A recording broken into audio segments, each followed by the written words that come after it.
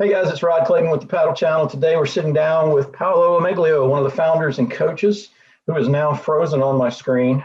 Are you there, Paolo? Can you hear me? Yes, I can. Okay, great. We're going to talk about the new OC1 from Puakea Designs, the Velar. Well, that's the first question, Paolo. Okay. Is how do you pronounce it? Volare. Volare. Yeah. Which it's, means to fly. To fly in Italian, Yeah. right? It's not. Yes, it is. It's an Italian name. A lot of people know the song. You know, I think the song for most people became popular because of Gypsy Kings. Yeah.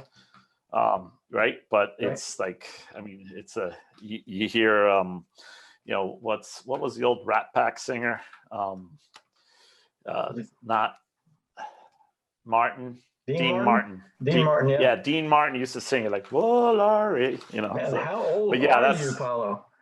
Oh man, I'm only 47, but you know, the thing is my dad and you know, I got older brothers and sisters, so like yeah, we're a very musical family, even though I got zero musical talent. Well, let's talk about you for a second so people know, like, you know, anybody who paddles, they got to know Paolo, right? But so tell us a little bit about your paddling history. Well, okay, I'll tell you what I do currently. I'm one of the founders and coaches for Paddle Ninja. I'm also one of the coaches for Puakea Designs. Competitive paddling for me probably started in the early 2000s, you know, with dragon boating, and then, you know, it was a natural progression to outrigger, because for a dragon boat, you need 20 people. And for an OC1, you need one. You need one, yeah. You need one. So usually I could find one. Right. And just, you know, in Miami for a while, there weren't a lot of people with OC1s. So it kind of became like an adventure. You know, I was like, oh, maybe if I go to like Miami Beach and 67th Avenue, I could just go out to the ocean and paddle that way.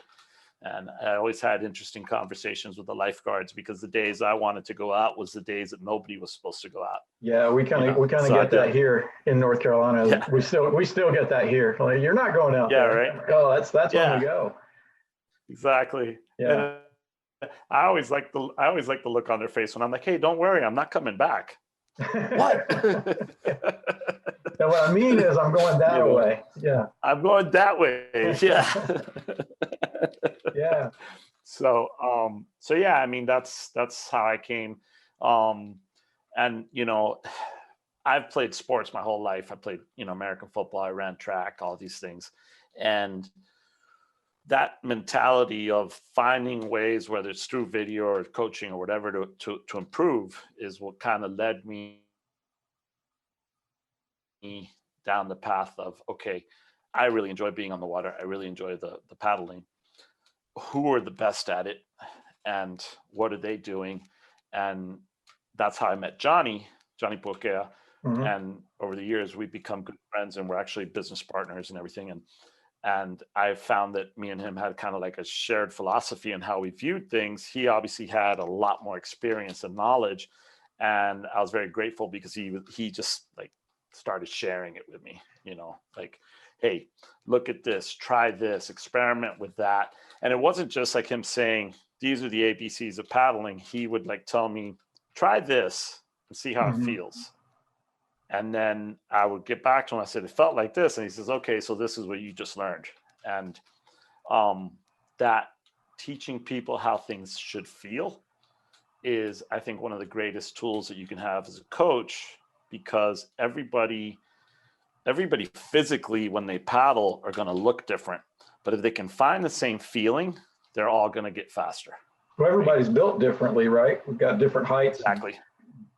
Different levers. Exactly. And, yeah, I mean, some people, like me, you know, my wingspan is my height, and that's true for a lot of people, but there's plenty of people who are knuckle draggers, you know. They're like 6'4" and they're 5'9". Well, that's, you know, there's 6'4" wingspan. And yeah, April Zilk, who's one of the coaches at Paddle Ninja, one of the founders and coaches at Paddle Ninja. That's what her nickname that she has is Vanilla Gorilla. Yeah. But we are not, just to make it clear, I'm not calling April a knuckle dragger. So I just want to be clear about that. But that's her nickname, Vanilla. I think, isn't Danny like that too? Doesn't Danny have especially long arms? Or am I remembering? No, I think Danny's just a freak of nature. I mean, well, that's true. Yeah. Danny's probably like 165 pounds, right? And his power to weight ratio is like impressive. It'll, and that's one of his many strengths is he's able to put a lot of power in a small package, and his knowledge of fitness is incredible. I mean, if I went to the gym with him, even though I'm 6'2", 225, and I go to the gym on a regular basis, I'm pretty sure he's as strong as I am, as far as bench press and leg press and all these things. So, and he doesn't get locked up by it, right? He learned one thing we were talking about is he said, paddling makes him kind of like this, right? Kind of turtles him up a little bit. Yeah. So what he does is he goes to the gym and he does all the exercises that'll stretch his muscles the other way. Right. Yeah. That's pretty smart, right? I mean, and so that kind of knowledge base and the competitive paddling that he's been doing since he was like 12, right. It shows, and when you work with him, it shows, So yeah. I think that's kind of where a lot of his strengths lie. So it's not his gorilla arms. So no, he definitely doesn't have the gorilla arms. He's not a knuckle dragger, but you say April is. Yeah. So we're going to get April on here at some time and get her to talk about Paolo. So, all right. Well, let's get to the Volare. Let's talk about. So you just got back from Hawaii, right? Yeah. Yeah. It was a real struggle. Yeah, I'm sorry you had to go through that. And you got the opportunity to not only, well, you didn't just paddle a Velar, you picked one up in California and brought it back home with you, right? Yeah, definitely. So talk to us about the Volare. Why the Volare? I mean, what was it built for? Because Johnny's got 4 different boats on the market right now. I know he's developed more than that.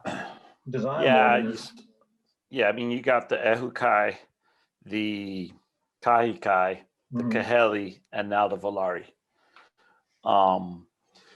And the Kaheli was a little bit of a change in design philosophy, I would say, where he was trying to maximize waterline for boat speed, right? But get rid of unnecessary boat length if it's not contributing to waterline, right? So if you look at, for example, the Ehukai, which is 20, maybe just a little bit over 20 feet. I think it's 20 feet, 9 inches, I think. Right. Yeah. And then the Kaheli is like 19 feet. I think 19 feet dead, right? So you got a boat that's a foot shorter, but has like 4 more inches of waterline. And see, here's the thing about our canoes, and this is true of, I would say it's even true of surf skis, is these, for you to have a boat, and just so people understand where I'm coming from, I've spent 20 years in the marine industry. So I've been running a boat yard where what we were known for is modifying and customizing yachts and sport fish boats and sailboats and you name it. So as an example, we would take a 55-foot motor yacht and add a 5-foot extension on it and not change the horsepower, not change anything else. But just by adding that extension on it, the boat became faster because it gave the frequency of the wave longer travel and a better release for the boat to be more efficient moving forward, right? Yeah. And these are displacement boats, like the big ships, the big container ships. Those are displacement boats.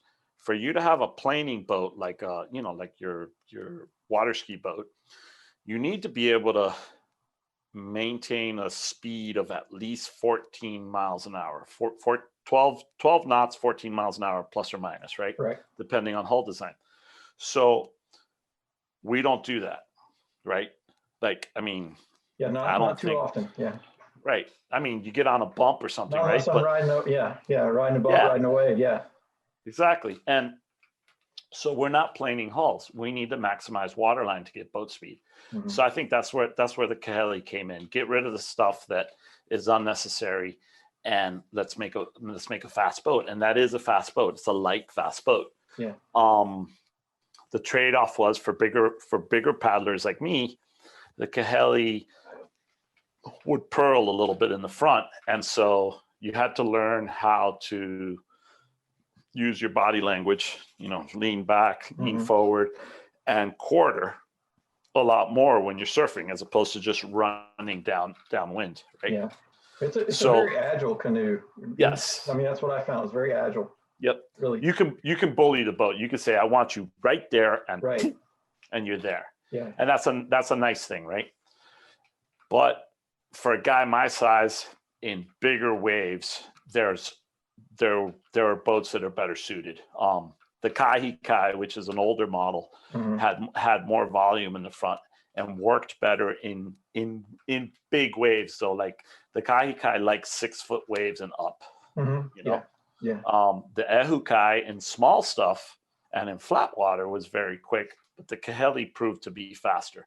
But the Ehukais for a light paddler, like I'm saying 150 pounds and lighter, is a great boat, especially if you're not in any conditions that are over, like, let's say 4 foot waves, right? Which for the East Coast, Florida, especially the Gulf of Florida, is very true. Like you don't see bigger stuff that often over there. Right. Yeah. So, that's kind of where it came. So then the Volare is, okay, let's take everything we know about making a boat go fast and everything we know about how to make a boat surf well and put it together and make it. So one thing that I like about Johnny's boats is that he makes a boat that like, I don't think anybody out there wants a boat that doesn't surf. It's kind of like, and here's the analogy that I use, right? It's like, why do so many people drive SUVs with, 4-wheel drive and lifted tires, and they've never once put it in 4-wheel drive? They've never once gone off road, but they like knowing they got that capability. I might need it one day, right? Right, exactly. Yeah. So the Volare is that. It's a boat that can surf. And let me tell you, after being in Hawaii, it can surf really well, but it's still fast in the flats. And we've actually, so going back to Danny, right? One of the most consistent paddlers around. Danny's actually done a lot of like, let me go out and do 5-minute pieces, change canoes, 5-minute pieces, change canoes, 5-minute pieces, change canoes, and has collected data on boat speeds and different conditions and where the boat's fast and where the boat's slow, etc. So the Volare is pretty much just as fast as the Kahele in flat water, with the exception of upwind. And in, let's say, a 500-meter piece, the Kahele is going to be faster. In a 1,000-meter piece, it's probably going to be a dead heat. And then from that, and then from that point on, we're talking flat water conditions. Right. It's going to be which boat is more comfortable, and that's a big deal, right? Which boat is more comfortable of the two for you as a paddler, and that's the boat you're going to be faster in. So at one point about, correct me if I'm wrong, but one thing, the Volare is completely, it's much more adjustable than a lot of other OC1. I mean, it's probably the most adjustable OC1 ever out there. Yeah. So you can adjust the pedals and you can adjust the seat position on most canoes, but certainly on any of the modern current canoes, I guess, being offered. But so yeah, you can adjust. So you can adjust the seat as much as you could on any. So I think the Ehukai has the Kai and the Ehukai have the biggest seat well as far as how far the seat can move forward and back. Right. The Kahele is a little smaller in terms of how far you can move the seat forward and back. Yeah. So the Volare has the big seat well, and then the foot pedals, the whole assembly of the foot pedals also moves forward and back. And what that lets you do is find like the best position for your center of gravity that'll allow you to either increase your water line a little bit, right, or lighten the front, or put more weight in the front. And that, like, the more weight in the front can help you in surf to get the nose to drop in. Yeah. Right. Now, you can be too far forward, at which point you click it back one, and then, you know, you can set it like that. And in flat water, now I'm playing with this now because I did paddle it in Hawaii in flat water conditions, but there was only like one day where it was really flat. And I started moving myself all the way forward and seeing what kind of boat speed I could generate. And then I was bringing it back. And what I want to do, and I think this is just my opinion at this point, I don't have numbers to back it up, but I think the starting point, the Kahele is going to have, I mean, the Volare is going to have a learning curve for everybody because it's so adjustable, right? But I think that what I want to do is I want to find my fastest point of paddle in flat water and then take the canoe just like that to surf. Right. And see if at that point I need to either move myself forward because I'm not able to drop it in. Yeah. And that might be the case for like a lighter paddler. I don't think it'll be the case for me, but let's say somebody who's like like Danny, who's like 160, right? Right. Danny might say, well, I can sit here and be really fast in flat water, but I need to be one more click forward to drop in. So then, you know, so that's kind of my thing is my thought anyways, and it's totally theory, is I want to find which is my seating position in flat water and then take the canoe surfing there. Because theoretically, how easy is it now? Is it easy to adjust while you're on the water? Say if you went out if you were a downwind run, you're like, I do want to move forward one. Is that pretty easy to do? Yeah, I mean, the seat's a little harder to do than the pedals, but the pedals is one string that you pull like this. It's got a footrest that kind of swings up, kind of like and the then you just epic surf ski type. Similar. Now I'll say this: I haven't played around with a lot of adjustable surf skis, but the ones that I've seen, you have to adjust the pedals and then adjust the steering lines. And the epic. That's what's cool about the epic foot plate is you pull it up, adjust the pedal, and it self-adjusts the steering lines. And that's how this one works. Okay, great. You just adjust the pedal and the steering lines adjust automatically. Take care of themselves, Yeah, so that's really nice. And then, you know, the seat, because you're sitting on it, is a little harder to do, you know, but you just straddle the boat, pop yourself back, adjust your seat, and slide yourself forward. I've done it plenty on the Erukai and my Kaikai. Just slide back, pop it up. So that's done. So that would be my, like, that's my approach, is find your fastest flat water point, and then see how good you can surf there, because that should be your fastest point, period, right? And then the rest is just adjusting center of gravity to make the canoe more surfable. So who, I mean, if you had to sum it up, I mean, who would you recommend the Volare to? Because I think a big part of finding the right OC1 is matching the paddler and the conditions to the. Would you agree with that? I mean, this is my theory that you pass the paddler to the boat or the conditions that you're going to be paddling in. So is that true? Is that accurate? There is, I think some of it is, you know, I think with this boat, I actually saw, so there's a lot of like talk online, obviously, right, that this is the boat for big people. But I mean, in Hawaii, one of the girls that was paddling with me, she's about 130 pounds, and she was surfing that boat. And she was, and it was good for me as like the perspective, because we went out on a really big day and she was surfing a Kahele and she was doing really well. And then we got her on the Volare and she was still surfing really well. So, and in certain respects, so here was the difference. She had an easier time getting the Kahele on the bump than the Volare, but with the Volare, she was able to keep it on the bump longer than with the Kahele. Okay, interesting. That was the feedback she gave me. Okay, do you think, and did you guys develop a theory as to why why that was? Like why was it Um, easier to get on the bump with the Kahele? for her, because of her size, Okay, because the Kahele's a lighter boat, just and she also had more saddle time in a Kahele. Like yeah, it was just she only like paddles a Kahele regularly, right? she paddles That's a that's Kahele her regularly. that's her native Yep. craft, right? Yeah. Yeah, So, yeah.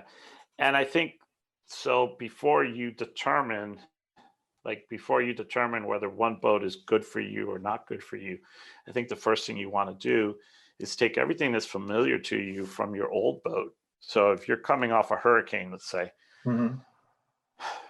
you can't take the seat from your Hurricane and stick it in a Volare or any other boat, but you want to sit where you're like, okay, this feels as similar as Similar.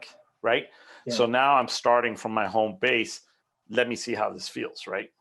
The Volare, I think it likes a long stroke.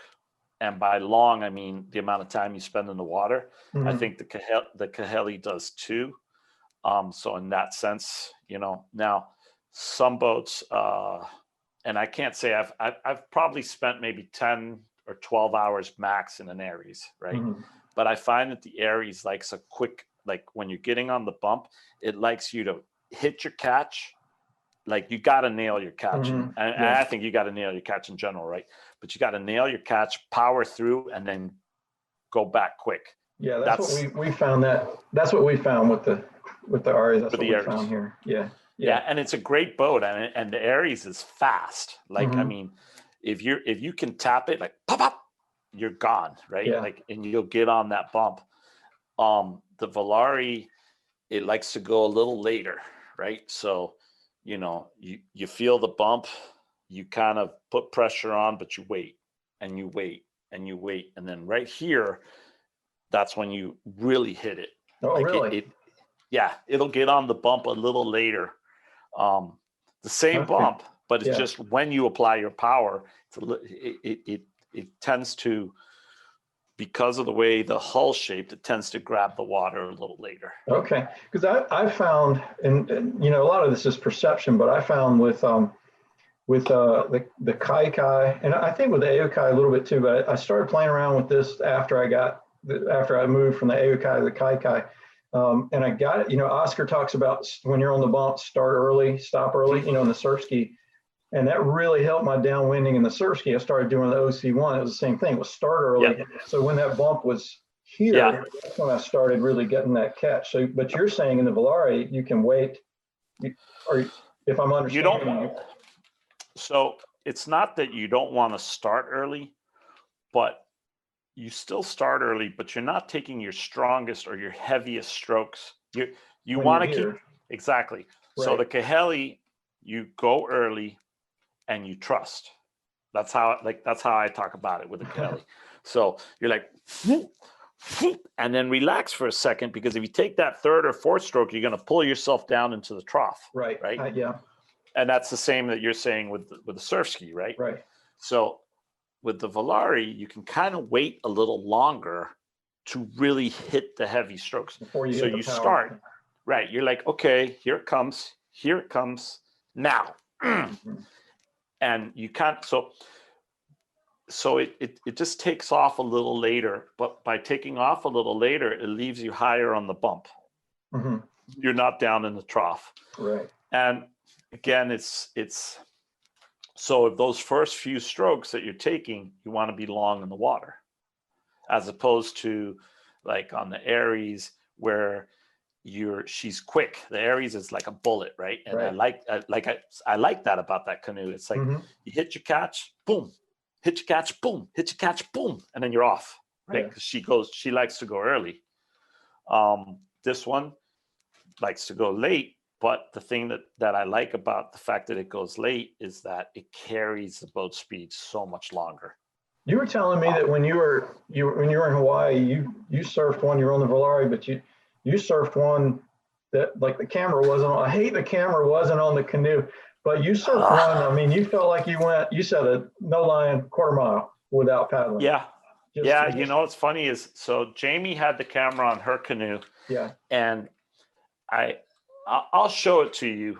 But the problem is that I look this big in the camera, Right. but so you can see me in the background and you can see my hands kind of do this. Yeah. And then all you see is this. Yeah. So you were just connecting bumps while changing body weight, shifting Yep. your body. Yeah. And it just carries and carries. And I'm like on her horizon. And if you really pay attention, all of a sudden you'll see my hands go. And it's like, yeah, the carry, it just like, because my personal stroke style is slow in the water.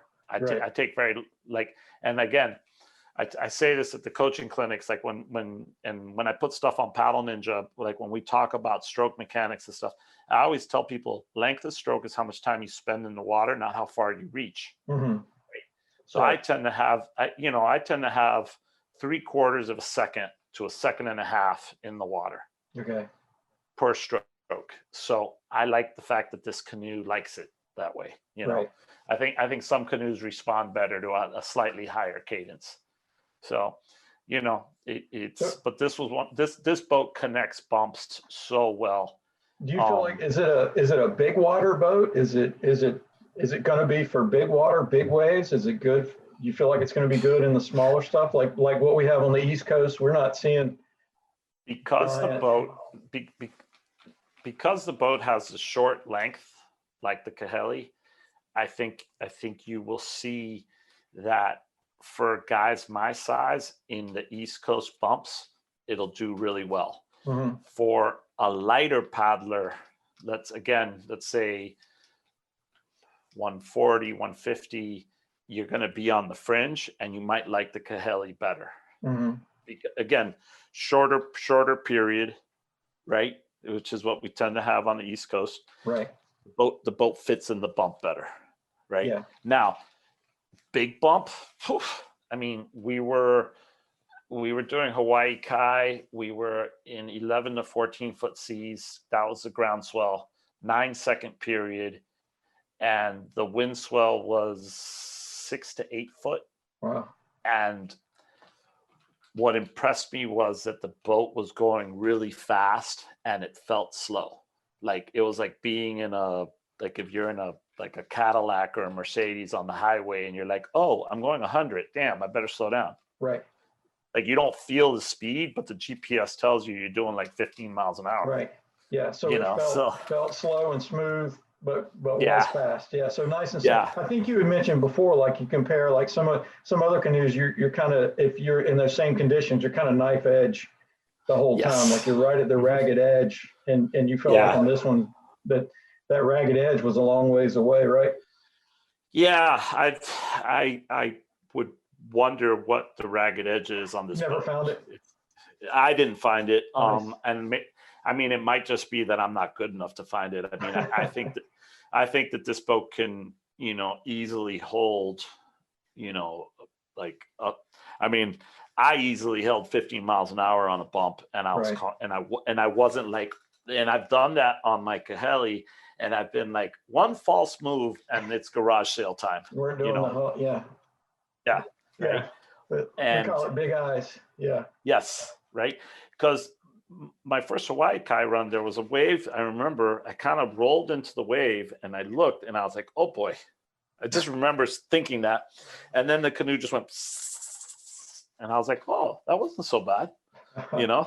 Like that wasn't nearly as terrifying as I thought it could potentially be. Yeah. So, and that was a day when the top of the waves was coming off, and it was like a little bit of a washing machine, but it was a 14-foot washing machine. So it was an interesting. It was a what is it that they say? It was a sporting day. Sporting day. Nice. Yeah. That's sort. Okay, so who would you recommend the Volare to?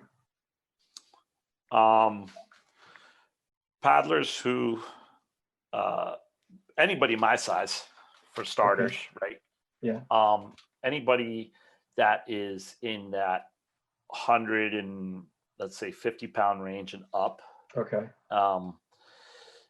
Anybody who struggles with anybody who struggles with finding a boat that's comfortable. Okay, because I think the biggest problem that people have with canoes in general is I'm not quite comfortable. And yeah, right, like I need to take a wire brush and shape my seat a certain way, which I always do. I still haven't done it to this Volare because, and I know I will, but I'm still learning the boat. right. And that's another thing that I would tell people with the Volare is take the time to learn the boat, because it is an advanced boat in the sense that you've never paddled something that has this much adjustment. Right. Yeah. Right. I think that's part of picking up when you get any new canoe, it's almost, you got to spend, yeah. you got to spend, we paddle a lot, but I mean, it's been, like 2 months before I really start to really know how it really likes to be paddled. Think about how long it's going to take you to put 40 hours on a boat. Yeah. Like, think about it in terms of hours, right? Oh, hey, it's a week. I need to spend a week on the boat. No, because in a week you probably only paddle 4 hours. Right. Right. Yeah. But that's so 2 months is probably what it takes most people to really dial in any boat. Right. Right. So, yeah, that's what I would say. The thing is this, like, if you have the boat where I want to sit more forward, but my feet don't fit, or I want to sit more back, but my legs don't reach. Well, here you got the adjustment, right? So I think that would be the biggest thing is I think at the end of the day, the more comfortable you are in any boat, it doesn't matter. Ehukai, Kaikai, Kaheli, Aries, Volare, Hurricane, you name it, right? If you're comfortable in it, you're going to have the potential to be fast. And that's downwinding or flat water. Absolutely. Yeah. Think about it this way, right? If we're racing 500 meters, it doesn't matter. You're going to be off the boat in 2 minutes and something, right? Yeah. Call it 3. It's 3 minutes of your life. If for 3 minutes of your life you have to sit like this to be really, really fast, it's okay. Yeah. But if after those 500 meters you're sitting like this and you got to go 10 miles, forget it. You're not going to be having fun or going very fast by that time. Exactly. Yeah. Exactly. So comfort is king, right? Yeah. And so I think that's probably one of the best things this boat has going for it, is that it has the most adjustability to make you comfortable. We could argue all day long about, is it the best surfing boat? Is it the best flat water boat? It's a world boat. It's a boat that's designed to be really good in a lot of different conditions, but it's also a boat that's designed to make paddlers comfortable. Right. And I think which is really important. Yeah.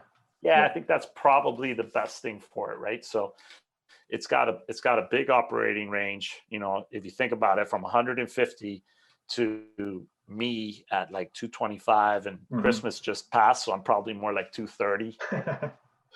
You know what I'm saying? And without modifying the seat, I'm starting to find the boat to be very comfortable for me. Yeah. And I will take a wire brush and modify the seat, but I want to figure it out first as is.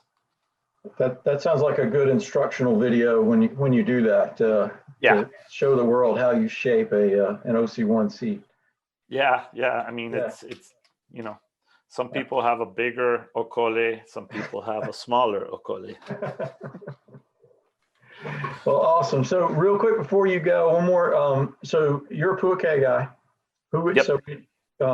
Volare you recommend to all water conditions.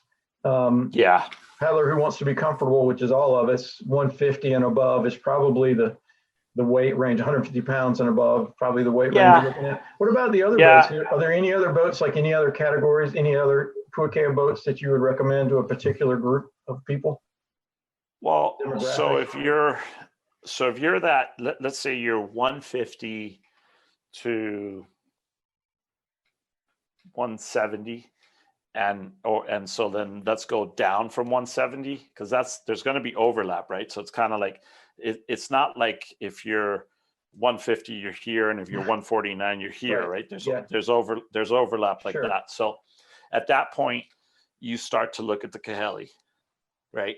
And depending on the shape of your 160 pounds or your 150 pounds, the kaheli might be better for you. Okay. and your paddling style. Like if you're a 150-pound paddler and you like to bully the boat, you're not going to bully the Volare, and you're not going to bully an Aries, and you're not going to bully a Kahikai, because they have more. They're bigger boats, but here's the catch: they're bigger boats in terms of volume. Put them on a scale, they don't really weigh that much. Right. It's not a weight difference issue; it's volume. So picture volume like an empty Clorox bottle, right? You got the 5-gallon jug, and you got the 1 liter. Right. Yeah. And that volume equals, it feels like weight, right? It feels like so if something's this fat and you're pushing it through the water, it's going to feel heavier than if something's this fat and you're pushing it through, right? So, so depending on your paddling style, if your paddling style is that you like to bully a boat and you're like a 170-pound or 150-pound person, you might like the Kahele better. Now, if you're one of those paddlers who kind of likes to, kind of go with the water and use what the water gives them, then you probably like the Volare, because you're never going to really be a bully, right? So that's kind of the joy. One of the joys of downwinding, and it is really feeling what the water is giving you and working with the energy of the ocean and the wind to really At least for me, that's what I really enjoy. Absolutely, and the better you become, like the thing to practice. So if you're downwinding, the thing to practice when you're downwinding is trying not to paddle. It's trying to read the water. And it's not so much catching this bump, because catching this bump is easy, but it's trying to understand where the next bump's going to be and putting your canoe in that position for that bump to form. Like you're looking like 3 waves ahead, and right now you look over there and it looks flat, but because of a ripple that formed here and a ripple that forms here, that the next one's going to form over there. So you start surfing your canoe that way, and then you kind of lean into it and the canoe connects. Like that pregnant lady pops up, that belly pops up, and you know that there you go, right? So, I mean, I think that's where you do it, right? So like you transition into a smaller boat that, again, the SUV mentality, it can still surf, and it's going to surf really well. So then you're going to be Kahele or Ehukai. What? Okay. Yeah. That was that was my first OC1. I love that boat. That was a lot. I had a lot of fun in that boat. You said it can be a bit of a mousetrap, right? Yeah, it can. Right? I mean, I think that's a really valid description. I mean, the first time I got in an Ehukai, and the thing about these boats, right, is they're nice and round on the bottom, so that makes them fast. Right. And the faster they go, obviously you get in a canoe and the hull's kind of tipped over like this, and then you put your weight in it and you're sitting level. And the Ehukai had like a sweet spot. Like if you were paddling and the Yama came up 3 inches, you were good, and then it would just settle back down. But if the Yama came up 6 inches, you were going over. Unless you were ready for it, you were going over. Right. And that was at my size. I think lighter paddlers didn't have that issue with the Ehukai. Yeah, I didn't notice it, so much. I mean, I had to get the AMA really high, but again, I was just starting out with OC1 when I had it, so it was not the canoe that was a mousetrap. It was more the paddler that was a train wreck. Yeah, and for me, the Ehukai taught me how to tune my AMA. Right. Like I figured out, and on the Ehukai, I actually took about a 1/2 inch off my rear aku so I could set it in deeper. And counterintuitive, because most people tell you you're going to be faster if your AMA is really light. Right. But if your AMA is really light, you're leaning left the whole time. So I got to the point where I was able to set up my Ehukai where I was actually leaning right. So that in flat water, I actually was being able to put a little more weight on my right leg. So I was getting better strokes on my right. And on my left, I just stay centered. And my AMA, so I got to a point where you want and I think Johnny's got a video about how to rig your canoe. And he actually puts a bubble level on the boat. Right. And I got to a point where I could keep that AMA pretty light, even though when I sat in it and I wasn't moving, I was just ever so slightly leaning left. because when I was actually putting effort on it, I wanted the canoe to be there. But if you rig your canoe with your armor really, really light, then you're constantly like, oh shit, oh shit, oh Having shit. to correct the whole, yeah. And if you don't know how to fly your armor, forget it. Yeah. You know, so. Yeah. Well, excellent. Great. Hey, I appreciate it. I appreciate the time, appreciate the talk. And Hey, no problem. so we're looking forward to you. I know the Velar is still new to you, so we'll have to circle back. Yeah, give me a couple of months. Give me a couple of months. Let me get, you know, I mean, and I can't like thank the people on the island of Molokai and the people in Oahu enough, because they were so gracious in lending me their boats and time. I mean, to do, you know, Kamalo runs in this boat was a huge privilege. We actually got escorted in by like 28 sea turtles. Oh, it was ridiculous. You know, and I'm not jealous at all. So I'm happy for you. I'm not jealous in the least. Yeah. So I mean, let me get some East Coast runs on it, and I'll tell you how it feels crossing, you know, Key Biscayne on a good windy day. I'm looking forward to it. I mean, I love being able to test something out and share it with people, because that's what it's all about, you know. Well, maybe I can work my way down there. We'll do the next version of this video in person, or you work your way up here to North Carolina and we do it. So it's warmer down here, dude. Are you planning to come this way soon? If it gets a little warmer.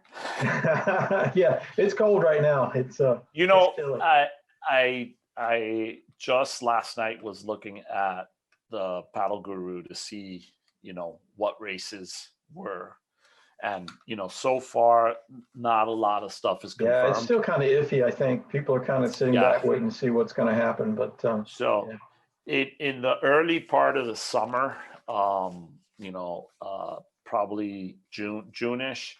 Yeah. I do have some plans to possibly be in South Carolina, so North Carolina is an easy jump. Oh yeah. So maybe talk about doing some clinics and stuff like that up there before, because it looks like the gorge is going to happen, and I'm going to be driving across to the gorge with a trailer. So, but I'm going to be going first up the East Coast, then shooting across. I'll be going up, you know. Okay, so I might be on the road that month of June, you know, like make a couple stops and then cross over to Oregon. Nice. Yeah. I know that's a big deal for here in North Carolina. Like, people are looking for ways to get their boats out there, because it's pretty. I think we were looking into that a little bit earlier. You're talking like, I think $500 to $700 to rent a boat for the week out there. So yeah, I think it's more now. Really? Last year before it was canceled, I think $700 or $800 was the least that people were paying. Okay. I heard, you know. Yeah. Well, and it costs, and it's going to cost you about that to take your canoe if you're on a transport, you know. Right. But at least it's your canoe, and it's your canoe. You don't have to worry about breaking the canoe, and and it's one that the one that you're comfortable with. So exactly. So you know, I mean, my trailer, I got a Florida. You know, I was full. I think I'll probably be full once the gorge gets announced. Again. So I should be crossing over with like 12 boats. Nice. So but I do hope to get up there. But when you get to South Carolina, you need to come. I'm going to entice you to come up here a little bit, because you know where we are, this Cape Fear region. We get those southwest winds, and it's we get some good runs. So we'll hit it when you're up this way. Yeah, if there's bump, I want to know all about it. There's always bumps in the summer. So all right, brother. I appreciate it. It's great talking to you. I appreciate you having me on, man. I love what you guys are doing on the Paddle channel, and you know, if I can just plug it in there, if you guys are watching this, please check out Paddle Ninja. Look at Paddle Ninja Training on Instagram, on Facebook. Follow us. There's going to be a lot of good stuff coming out there over the course of this year. So appreciate it. Hope to see you guys on the water. Rod, come down here anytime you want. You betcha. Looking forward to it. Thank you, brother. Thanks, brother. All right. Thanks.